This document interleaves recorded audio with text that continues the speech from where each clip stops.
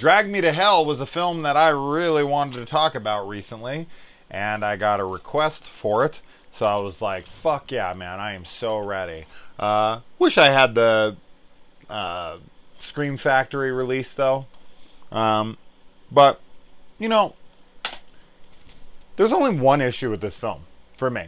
Really, honestly. The only thing that makes this thing not just fucking fantastic, and I'm sure you know what that is the CGI. There's too much of it used here, and it hurts the film. Like, it just dates it, and it just does not look good. Like, there's a good amount of CG in this film that just looks like shit, and that's a shame. I'm not usually the guy who dogs out CG. You know, I will in horror, but I like CG. There's plenty of CG that I've greatly enjoyed in Marvel films and such. But in films like this, man, especially at this time period, especially in this genre, man, it really, really brings a film down. That said, it's still a fucking great flick. It's such a fun flick. This movie, okay, so this is rated R, or rated PG-13, and most people would have wanted it to be R, as I would, of course. You know, honestly, while watching it, though, I have to say, I never really felt any place where it needed to be R. There really wasn't any moment where I was like, oh man, that should have just been more violent. That should have just been more this and that. Like, we get everything we're supposed to get from what I can tell. I mean, this movie's fucking gross. This movie's really nasty.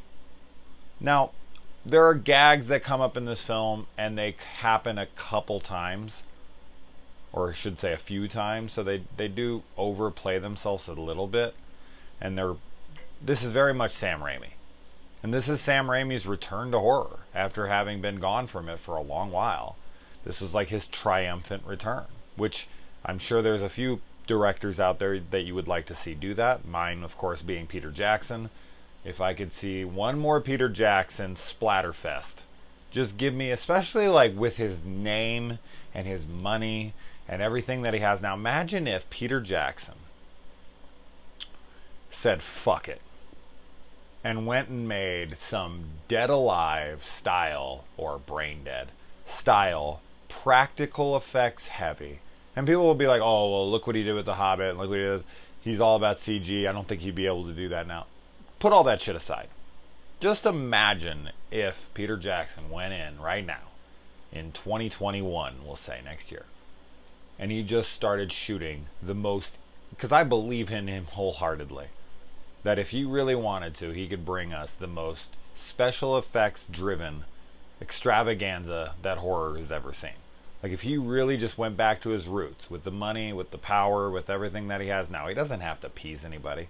He doesn't have to ask studios for shit. He could just go make this thing and make it amazing. And that's what happens. I always tell people, when we talk about directors that bought in or sold out, or whichever way you want to say it, the amount of like credit that they have at that point, like the amount of power that they possess once they make that popular studio film that really lands, as a box office success. You go off and you make the Spider-Man trilogy or something. Like, who thought when Sam Raimi was directing Evil Dead, and Evil Dead 2 and so on, and fucking Darkman and all these movies? Who would think that he would go off and make a Spider-Man movie? I don't know anybody that would, So, but he made that, and then if he really wanted to, which I'm sure this is what this was, do you think he could have got Drag Me to Hell made if he didn't do Spider-Man? I don't know. I mean, maybe Evil Dead was fairly popular enough. I mean, it's not the big box office hit that I'm sure that some studios would want. But, I don't know. I guess I always see it as... And you don't have to take a shit movie. You don't have to go out and make some terrible fucking film. Like, you don't have to go and do a Joel Schumacher or something and make a Batman and Robin. Like, that's not necessary. You can go and you can be like a Scott Derrickson or something. You can make fucking Doctor Strange. You can make, what is it, Todd Phillips and make the Joker. You can go out, like, you can make these really cool, interesting, big budget flicks. Christopher Nolan, obviously, with the Batman trilogy, Dark Knight trilogy. So yeah, it's interesting to see Raimi come back to this. And of course he ended up doing Evil Dead, Ash vs. Evil Dead, the TV series on Starz, after this as well. So he did have another return, and I think he directed the first episode or two of that show. So, but yeah, more Raimi. Now Raimi is going off to do, speaking of Doctor Strange, he's going to be directing Doctor Strange in the Multiverse of Madness, which I'm super, super excited for. Just thinking of him at the helm of something like that is really, really, I mean, of all the directors to take on something with that title, and Scott kind of talking about the horror elements, although that might have been why he left the project, who knows, but then they bring in a horror director, and it's like, why would they bring in a horror director if they weren't still going in the horror direction? You know, just doesn't make sense to me otherwise. So, anyway, alright, so let's talk about Drag Me to Hell, 6.5 minutes in. Alright, so, the main girl here, played by Alison Lohman, for some reason in my head, when I very first think about this movie, I always think it's Anna Paquin. Or another actress. But Alison Lohman's great in this. She's a beautiful girl.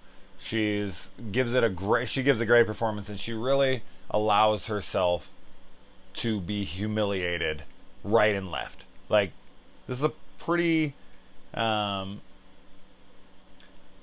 a pretty ballsy role. I mean, there's a lot of gross out shit that happens to her in this movie. Not that she's some big actress or anything. So, you know, it's not like you have some huge name that's coming in this and they're like, you know, taking some kind of embarrassing role or something. No, it's not like, I'm just saying that she really bought in. She really gave all in this. There's so many disgusting moments in this movie. I can't say it enough. There's so many horribly disgusting moments in this movie that happen to her. And she has to shoot those scenes and let that shit happen to her. And I commend her. Hats off to her for that one. And so the opening of this movie is a kid being condemned to hell for stealing a necklace from a gypsy. Condemning a child to hell for eternity for stealing a necklace. Wow. That's brutal. Now I'm someone that is of the belief that A, hell shouldn't exist or doesn't. But B, and we can argue about this all day, but there is nothing that you can do in your, we'll say 80 years on Earth, even if you lived fucking 100, doesn't matter. 100 years will go as high as a human can basically live. I don't care if you lived like the most horrible life from second one to second ends, and all you did was make everyone's life a living hell, murdered, raped, whatever, your whole fucking life from beginning to end. Nobody deserves hell forever. I think this is where we start to lose sight of things because we're grounded in this reality and we can't even comprehend what like in eternity is. There'd be a place where you wouldn't even remember who you were, and that wouldn't even be that far into it. That would be like 1 millisecond into eternity. You wouldn't even know why you were there. There wouldn't even be a millisecond, and that's just it. That's the whole concept of eternity that we cannot even comprehend. Like, fast forward 1 trillion years, times that by 1 trillion, and you haven't even spent a second there. I mean, come on. Nobody deserves that. And that's why heaven and hell, they've never really held all that much appeal to me, because for me it's always like, nothing would be interesting after 1 trillion years. Nothing would be great after 10 trillion years. you would be like, please end my fucking existence. I can't take another second of anything, you know? So time and space would basically have to not be a concept anymore in heaven and hell. But I just watched this movie, and I guess it brings... The whole reason I even bring any of this up is because neither people who go to hell in this movie even slightly deserve what happens to them. I don't even mean the hell part. That's like way beyond. But just the like mild irritations that happen to them, fucking up their life for a few days. They don't deserve it. He's a little kid. He stole a fucking necklace. Kids screw up. A child? So, there's one thing where in a horror movie, you know, it has a dark ending and the person is killed at the end. Like the killer comes back up for the last second and kills the person, whatever. That person's just dead. Who knows what happens to them? But in this movie, we know hell exists and we know they went there. We don't really know what happened after, you know. I don't know. You could fill in whatever you want in your head, but the implication is that they were dragged down to hell for eternity. For what? For denying a woman's bank loan that's missed the last X amount of payments? That's her own fucking fault. Like, they try to paint it in this movie like our main character here has done something wrong. That she has, you know, she's wronged this woman in some way. But Christine really, she's just doing her job. Now, I'm that person that's like, if you can just say, oh, it's just business, you're a piece of shit. I don't feel like that's how it is in this movie. Yes, okay, she wants the promotion. There's a lot of factors going on. There's a lot of variables to consider here. And they do a very good job of illustrating this. Her boyfriend, played by Justin Long, who I really enjoy in this movie, and I really enjoy as an actor in these kinds of roles. His parents have higher expectations for him. He's a psychologist. He's just gotten out of school. He's going to make it big, whatever. And the parents want him to do better. And so she feels the pressure of that. Like, I need to have a better job. I need to be a fucking manager of a bank. If I could be like the head of a bank, then I'll be respected. Then I'll be accepted into the family. So you got that. Then you've got, you know, the dickhead that's there who's going to steal her position. That's hers. This guy's brand new, this little son of a bitch. And he's going to come in, he's going to take her fucking job from her? Oh, hell no. Oh, hell no. This is her job. This is what she's earning. So she gets into this moment, and there's a little bit more to it than that, and I'm sure I'll get into it. But she goes, and this woman comes up to her, and she's fucking sick and old. And she's like, I've missed this payment. I just need help and this and that. And it's like, I feel for you 100%. I do. And yes, she says, I could have given her an extension. I could have given her one more. But they've already given her a couple. At that point, you really do need to be like, look, we tried here. Like, maybe it sounds dickish. Maybe I deserve to go to hell for thinking like that. But I don't feel like she does anything wrong here. Like when she's like, you shamed me. She got on her knees and begged for her, and she just pulled away because this woman's being fucking creepy, man. She's invading this girl's personal space. You know, it's this woman's fault. And she's just like pulls back and is like, security, like, what in the fuck is this woman doing? I can't have this in here.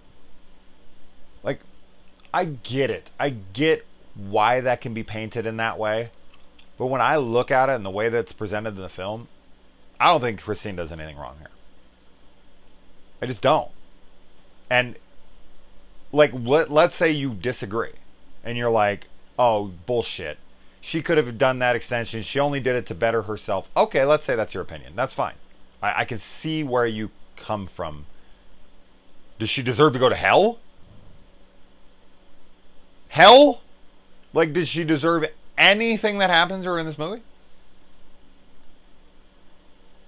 No. The answer is no. I won't hear any other way about it. Like, yeah, this woman could get mad at her, maybe go fucking key her car or confront her in the parking lot or something. But keying her car would be fucked up as well. But I'm just saying, hell. So this movie ends with, I mean, spoilers obviously. This movie fucking ends with her being dragged into hell. She doesn't get away. She goes to hell. She goes to hell for denying a bank loan to a woman that's already been late on her payments and does not look like she's going to be making those payments anytime soon. So she's going to lose her promotion because she's trying to be nice to a woman who's too proud to go to an assisted living facility, or, has her shit together enough to pay her bills, which she's already like 3-4 months late on. She's not going to make it up. Realistically, she's just not. Okay, I've talked about this enough. I don't know, that scene really annoys me because the way they kind of play it, and I get where she's at. I get where she's at when she goes and talks to her boyfriend and she's like, look, I was wrong. I could have extended it, but I didn't. And that's true. There's nothing, she's not saying anything untrue in that moment. But to me, it's not wrong. It's not go to hell wrong. That I'm 100% sure. Anyway. And, oh man. I forget what this guy's name is, but I think I wrote it. Stu, right? Yeah, it's Stu. The kiss-ass Stu, who's going up to the boss. When he asks for that sandwich when she's leaving, and then when she brings it back, and he's like, oh, you messed up my sandwich. I said no mayo. I get that this is where I would never make it in this kind of setting. This is why it's very good that I'm my own boss, that I don't deal with anybody in that capacity. I kind of do with my stylist, with my clients. They want their hair a very specific way and they start to micromanage and this and that. But I shut that shit down almost instantaneously. Like, look, I'm all about a collaborative effort here, but I need you to have trust in me. Otherwise, I'm not doing your hair. Period. Plain and simple. We either come to a place where we both agree that I'm here and I know what I'm doing and I'm the expert on this, and that you can give your input and tell me what it is that your goal is. But then once the goal has been agreed upon, you let me do it from here. I do not need to hear any fucking questions from that point on. Not like I'm like, don't fucking speak, you just let... No. If I started going crazy and I started doing wild shit that we didn't agree upon, then yes, speak up. But to question, micromanage at every moment, like, no, are you sure you should be holding it like that? Don't you fucking tell me how to hold the hair, okay? I know exactly how to hold this goddamn bit of hair. So when she comes back and he's like, I asked you for no mail, which we clearly, as the audience, know. We can rewind it. You did not. And he's doing that just to put her in the position so that she looks like A, fuck up, or B, or B, she'll get into a fight with him, and it'll make it look like she's overreacting. Like, whoa, calm down. That kind of shit. Stu is a motherfucker. If anyone in this movie deserves to have this shit happen to them in this film, it's Stu. Does Stu deserve to go to hell? Absolutely not. But to have fear that something horrible is going to happen to him for a couple days and then get out of it, lesson learned, then yeah, I think that this would be a good learning lesson for Stu. But I kind of like that this film doesn't make it so black and white that she's done something horribly wrong. Hit someone with her car and drove away. I know what you did last summer style or something. Or she flat out just didn't do anything, and this is all completely unwarranted. Like, why this woman would even be mad at her, whatever. Like, it kind of resides in that gray area where you and I can have a debate on whether or not she did anything wrong. So I like that. I like that it's a little bit more nuanced in that way. But Stu is undeniably a piece of shit in this movie. Now, there's such good framing. Raimi has such a great style all of his like Dutch angles and all these fucking super awkward angles that he has, and the zoom ins and all that stuff. Beautiful stuff. Like that scene with Mrs. Ganesh, I think. I think I'm going like Baba Ganoush. Maybe I'm getting hungry. But where she takes the button, she goes, and you get the eye and all that stuff, the aesthetics, the visuals there, phenomenal stuff. Really just fucking phenomenal looking stuff. And then just the whole fight sequence in the car. The whole fight sequence in the car is fucking just pure Raimi, pure ridiculousness, pure disgustingness. Where the girl's teeth get knocked out, the old woman's teeth get knocked out, and then she just gums her fucking mouth. That's a scene where it's like, how'd they even do that? And how disgusting, and how, you have to have such a sense of humility there to be able to do a scene like that. If you see why I keep wiping my sweat, this is a very apt title for my video right now, because I feel like someone has dragged me into hell. Guys, Arizona is out of control hot right now. Oh my god, dude. Like, no matter what I put on, no matter how much air conditioner I run, whatever, it does not seem to matter. Oh my god. My refrigerator is completely fucking busted from how hot it's getting. Like, the thing won't even work. It's like 60 degrees inside. And so I'm like airing it out. I shut it all down. I'm going to try to see if I can like fix it. I don't know what the hell's going on. It is so disgustingly hot. But yeah, that whole fight sequence in the car. And the way she like kicks her out of the car, it's so funny but so scary at the same time. Like, is there any place in this movie where I feel like there's actual genuine like horror going on here? I don't know. Raimi has this, no matter what film he's ever made in the horror genre, he always has a silliness to his horror. I can't think of a single horror movie that this guy's made. Or movie in general. Well, that's not true. Didn't he make that like, yeah, he made that, oh, what's that fucking movie? He's made a couple serious movies. The one where they find the money, right? That's his movie. Why can't I think what the hell the name of that movie? I've never seen it, that's why. But I know that's like a super serious toned film, from what I've heard. But in any horror action stuff that he's made, there's always playfulness to everything. The Evil Dead, even the first one, that's more of the horror film of the franchise than the other two in that in his trilogy. There's such a playfulness and such a silliness to a lot of it, and that's the same here. Any horror that's in this is always accompanied with some silliness.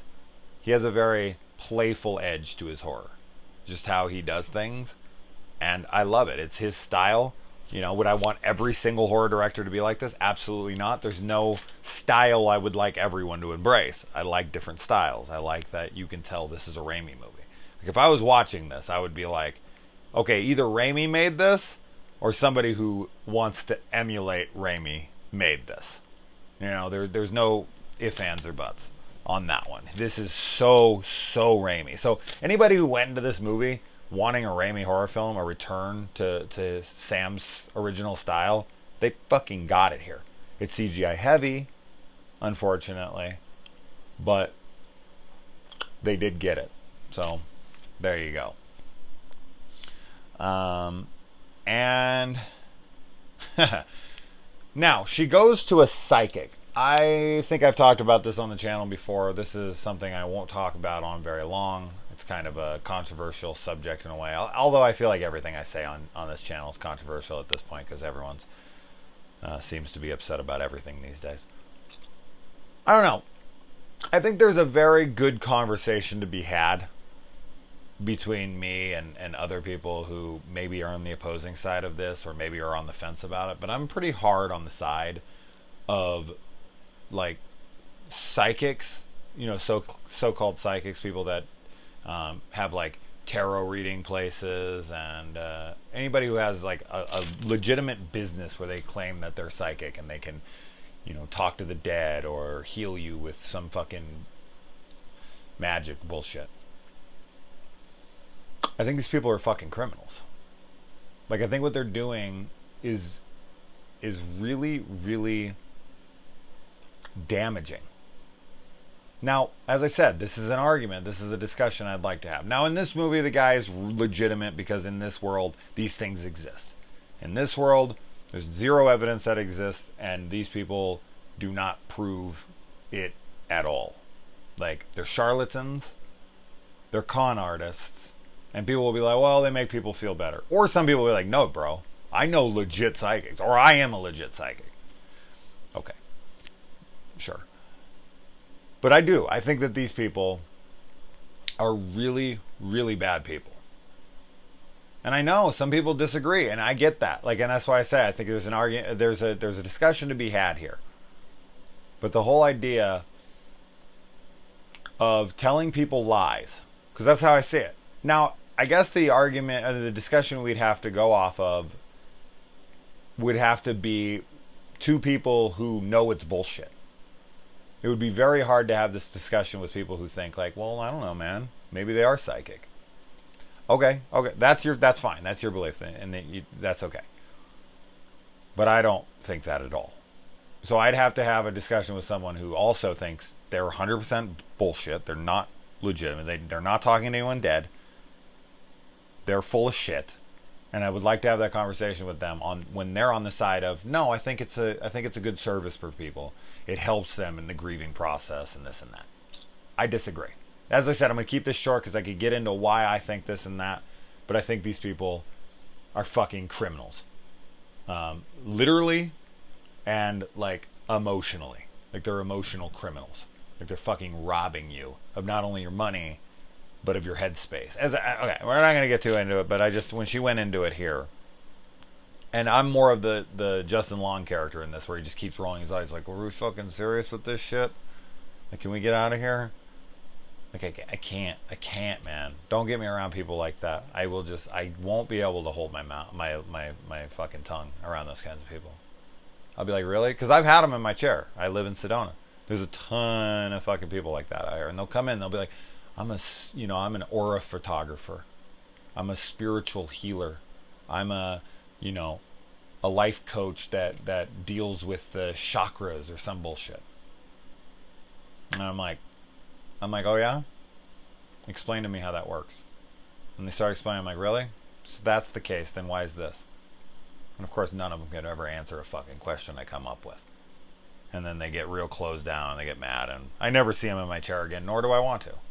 I know that's a bad business model, but they don't come in enough for that to be a problem. It's just, what a fucking scam. You're being fucking scammed. These people are liars. Anyways, moving on. Alright. Now that I've lost, like, all of my spiritually grounded people. Oh well. Maybe their psychic would have been able to tip them off that I was going to say this.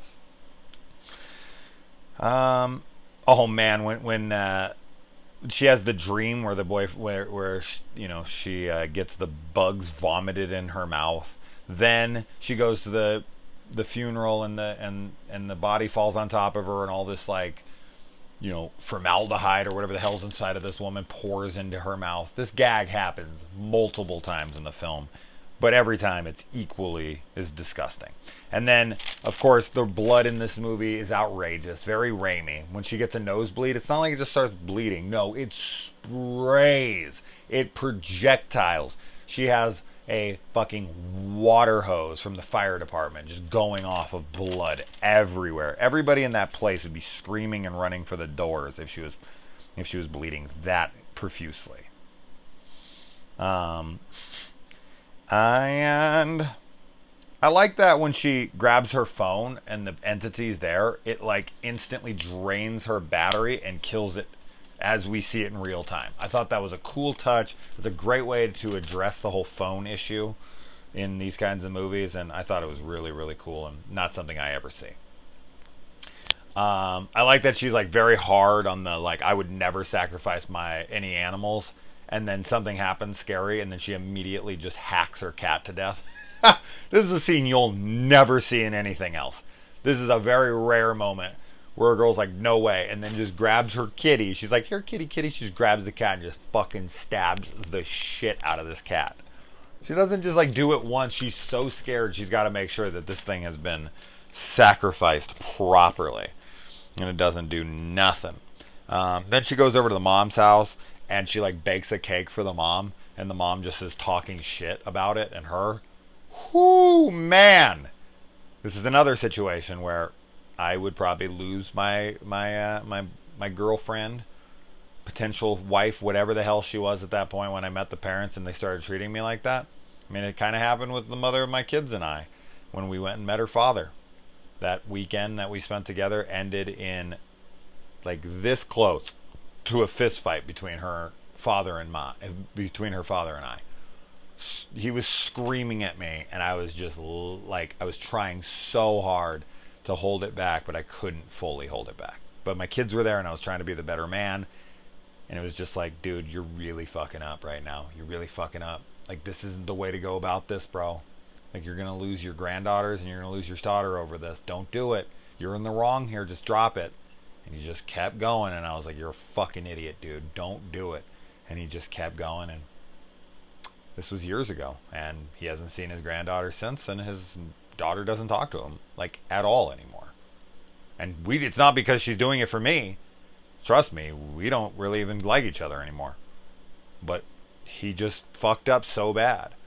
And that's just it. Parents, you gotta be able to read the situation. You gotta understand your kids. You gotta understand when it's time to, be stern and strong. If somebody brings home somebody who's clearly a bad influence, clearly a piece of shit, then yeah, it's time to speak up. But then if they bring home somebody they genuinely love and maybe they don't meet the exact criteria of what you deemed like adequate for you, you might want to lessen that a little bit to adapt to your kid's love. I get it. You want the best for your child and this and that, but this dude's clearly in love. Alison Lohman's character, Christine, is not a bad... She's a beautiful girl. She has a pretty good job. She can make her way up. She clearly makes your son happy. This is not a bad situation.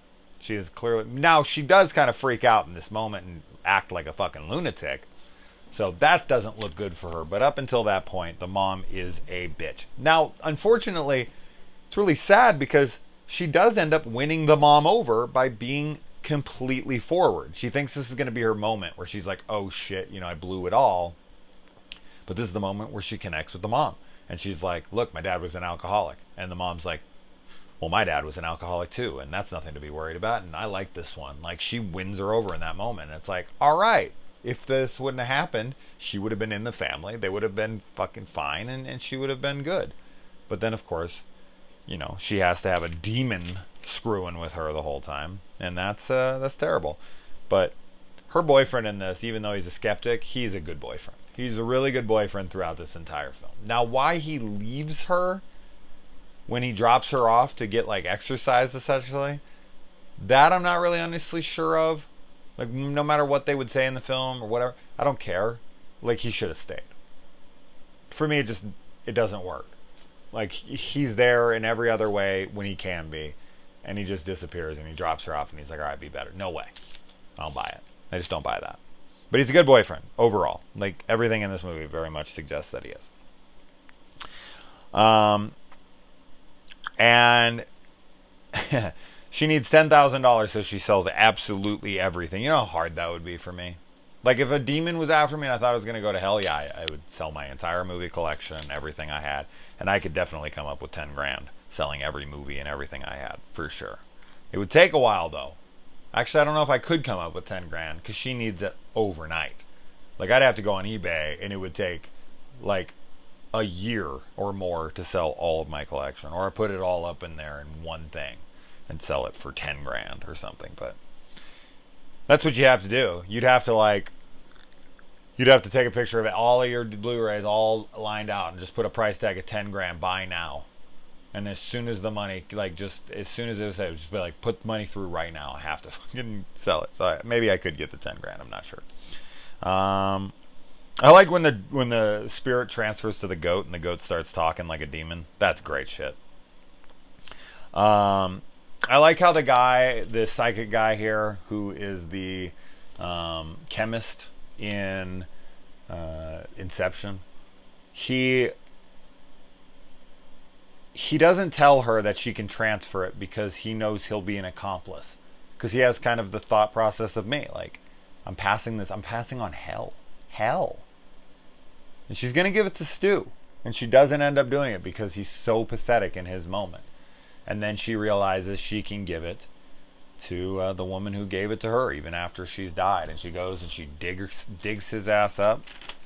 And this woman just keeps ripping her hair out of her head. As I said, there's a lot of gags that are reused. She must rip 5 fucking clumps of hair out of her head multiple times after she's dead.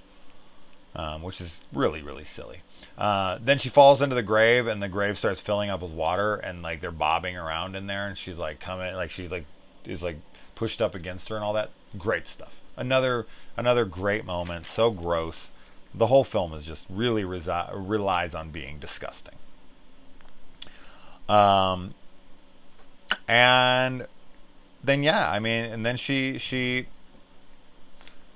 thinks she's out of it, and he's gonna propose, and she still blames herself and she tries to come clean about it. And then of course I don't think anyone was surprised that the letter on the ground was the coin that he found. I mean, this is not much of a twist. How many people fell for that? The only people I can imagine falling for that are people who legitimately were paying attention at all.